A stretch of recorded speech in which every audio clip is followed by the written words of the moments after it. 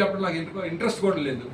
ప్రభాకర్ రావు గారు కౌంటరు, మరి వీళ్ళు ఎవరెవరు కౌంటర్లో నుంచి అందరికీ వీళ్ళు చేయాలి, అందరూ తీసుకోవాలి, అందరూ దోచేసుకోవాలి. వీళ్ళు రాబందుల్లాగా తెల్లారగానే ఎవడ బండి వాడు వేసుకుని ఇక్కడ తిరుగుతా, ఎవడ అదనపు ఫ్లోర్ వేశాడు పై అంక కింద అంక చోట దీన్ని తిరిగేది వీళ్ళు. అదే ప్రజా సమస్యలు పరిష్కరిస్తారని కాదు, వీళ్ళు పొద్దున్నే లేచి తిరిగేదండి వెంటనే యాక్షన్లోకి వెళ్ళిపోద్ది. టౌన్ ప్లానింగ్ ఆఫీసరు లేకపోతే కమిషనర్ గారు వెన్న వెళ్ళిపోతాయి. అక్కడ ఎంత కలెక్షన్ వచ్చింది, ఆ ఇంటి దగ్గర నుంచి ఎంత వసూలు చేశారు, అంతే ఎందుకు ఇచ్చారు, ఇవన్నీ నిజాలు కదా.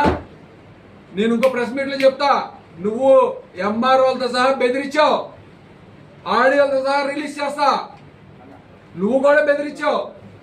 ఒక నాన్ లేఅవుట్ స్థలంలో ఇవ్వనందుకు నువ్వు బెదిరించావు అందరినీ, ఎవరిని పెడితే వాళ్ళు బెదిరిస్తున్నారు. ఆటలు ఎంతో కాలం సాగనేమో